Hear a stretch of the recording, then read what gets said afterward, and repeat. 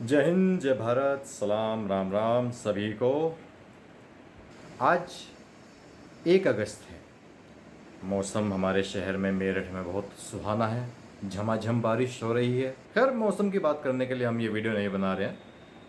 हम बना रहे हैं ये वीडियो चूँकि आज आपको पता ही होगा कि मैं भारतीय सिनेमा के बारे में लिखता हूँ, सिने कलाकारों के बारे में लिखता हूँ। और आज जो 1 अगस्त की तारीख है, वैसे तो हर तारीख अपने आप में स्पेशल होती है। सिनेमा के लिहाज से देखें तो ये तारीख बहुत ज़्यादा स्पेशल इसलिए है क्योंकि आज tragedy queen of Bollywood Meena Kumari ji का जन्मदिन होता है। जी हाँ। और अब मीना कुमारी जी का जन्मदिन है तो उनकी बात तो करी जाएगी। तो मीना कुमारी जी का एक किस्सा ज़रूर बताना चाहूँगा। एक बार ऐसा हुआ, और ये मीना कुमारी जी की बड़ी ही मशहूर फिल्म पाकीज़ा से जुड़ा हुआ किस्सा है। तो एक बार ऐसा हुआ, मीना कुमारी और कमाल अमरोही साहब कार के ज़रिए मुंबई से दिल्ली आ रहे थे। उस ज़माने में जब कोई कार से मुंबई से दिल्ली आता था, बहुत कलाकार थे जो कार से ट्रैवल करा करते थे तब भी, जबकि फ़्लाइट वगैरह की व्यवस्था थी, पर बहुत लोग थे जो कार से ट्रैवल करना ज़्यादा पसंद करते थे। तो ये लोग कार से ट्रैवल कर रहे थे। तो उस दौर में मध्य प्रदेश के शिवपुरी से ज़्यादातर निकलना होता था मुंबई से आने वाले लोग। आज तो तमाम हाईवे बन चुके हैं, मगर तब एक वही रास्ता था, मध्य प्रदेश होते हुए आते थे, इंदौर वगैरह, और शिवपुरी में आपका निकलते थे। और शिवपुरी जो है उस ज़माने में, आज तो फिर भी नहीं है, पर उस ज़माने में शिवपुरी डकैतों की वजह से मशहूर था। वहाँ डकैत हुआ करते थे एक से एक। अब मीना कुमारी और कमाल अमरोही ये लोग आ रहे थे दिल्ली। ये 2 कारें लेके चल रहे थे। एक कार में कमाल अमरोही बैठे हुए थे, दूसरी कार में मीना कुमारी थी, और इनके कुछ साथी थे ड्राइवर्स के अलावा। अब हुआ क्या कि शिवपुरी में एक जगह कमाल अमरोही जिस कार में बैठे थे उसका पेट्रोल हो गया ख़त्म। पेट्रोल ख़त्म हो गया तो शाम का वक्त हो रहा था। पेट्रोल मिलना भी आसान नहीं था उस दौर में। तो वैसे भी आज तो जगह जगह पेट्रोल पंप्स हैं, उस ज़माने में कहाँ हुआ करते थे। ये 70s, अर्ली 70s की बात है, या मे बी लेट 60s की भी बात हो सकती है।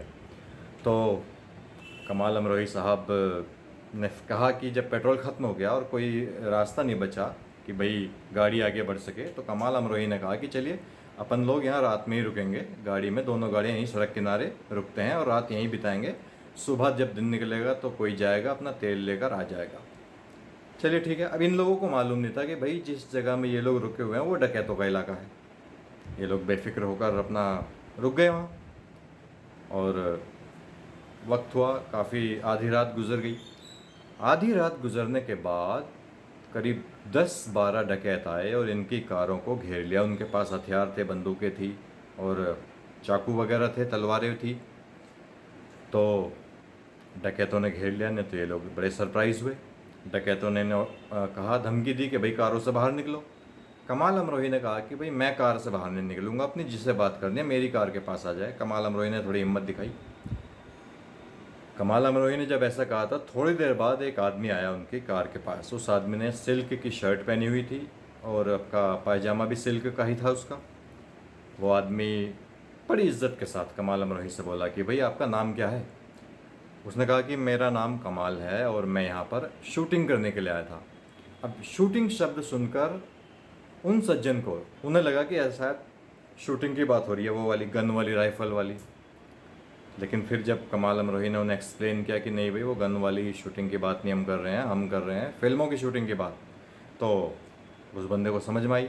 कमाल अमरोही ने उसे बताया कि भाई हम तो फिल्मों वाले हैं देखो, और हम जो है पीछे वाली कार में मशहूर हीरोइन मीना कुमारी बैठी हैं।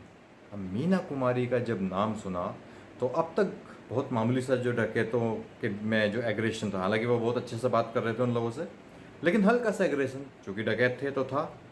तो उन्होंने क्या किया, जो बंदा था वो गया मीना कुमारी जी के पास, बड़े अदब से मिला, बहुत एहतराम से उसने मीना कुमारी जी से बात की। फिर उसने सबके लिए रात में आराम से, क्योंकि कारों में तो ऐसे ही बैठे हुए थे, वो जाग रहे थे, फिर उसने सबके लिए आराम से लेटने की, सोने की व्यवस्था की।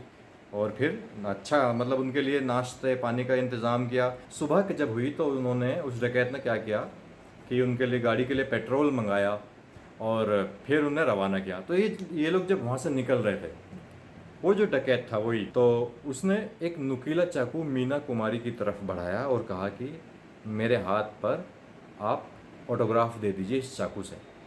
ये कोई मामूली बात तो थी नहीं, ये अच्छी खासी किसी से भी ना हो, हाथ पर किसी के गोदना, कुछ अपना नाम लिखना, ये तो या तो बेवकूफ़ लोग होते हैं जो प्यार मोहब्बत में पड़े हुए होते हैं, वे ऐसी हरकतें करते हैं, या पागल लोग होते हैं सिर्फ।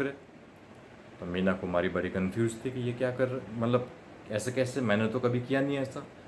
मगर सिचुएशन भी वो समझ रही थी कि भाई ये लोग डकैत हैं, अभी तो प्यार से बात कर रहे हैं, पता लगा मूड ख़राब हो गया तो फिर कोई अनहोनी ना हो जाए। तो जैसे तैसे मीना कुमारी जी ने उनके उसके हाथ पर दस्तखत किए और फिर वे लोग वहाँ से निकले अगले शहर में, जिस शहर में भी वो पहुँचे।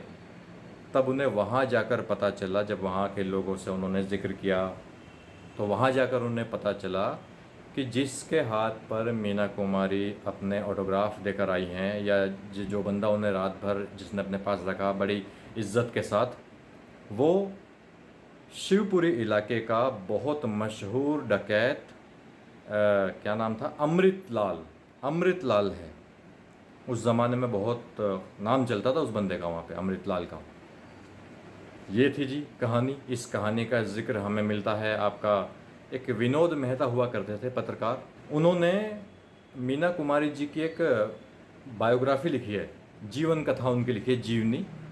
उस किताब में इस किस्से का जिक्र मिलता है, और भी तमाम कई किस्से हैं उस किताब में। अभी किसी और दिन आपको मेरे पास है वो किताब, तो मैं आपको वो भी बताऊंगा। उसमें से और भी बड़े बड़े अच्छे अच्छे, मेरे पास वैसे मीना कुमारी जी से जुड़ी हुई 2 किताबें हैं। एक तो कोई दूसरा बंदा है, मुझे भी उसका नाम याद नहीं आ रहा, पर बड़ी वाहियात किताब है वो, बहुत ही घटिया तरीके से लिखी गई है। लेकिन ये जो विनोद मेहता जी ने लिखी है, इसका नाम है शायद Meena Kumari a classical biography. ये जो किताब लिखी है बड़े प्रोफेशनल वे में लिखी हुई है और बहुत अच्छे से, अंग्रेजी में है लेकिन बड़ी अच्छी लिखी हुई है, और अंग्रेजी में पढ़ लेता हूँ, मेरे समझ में आ जाती है, तो कोई दिक्कत नहीं है। बहुत अच्छी अच्छी कहानियाँ इसमें हैं मीना कुमारी जी से जुड़ी हुई। ये किस्सा यहाँ पर ख़त्म करते हैं।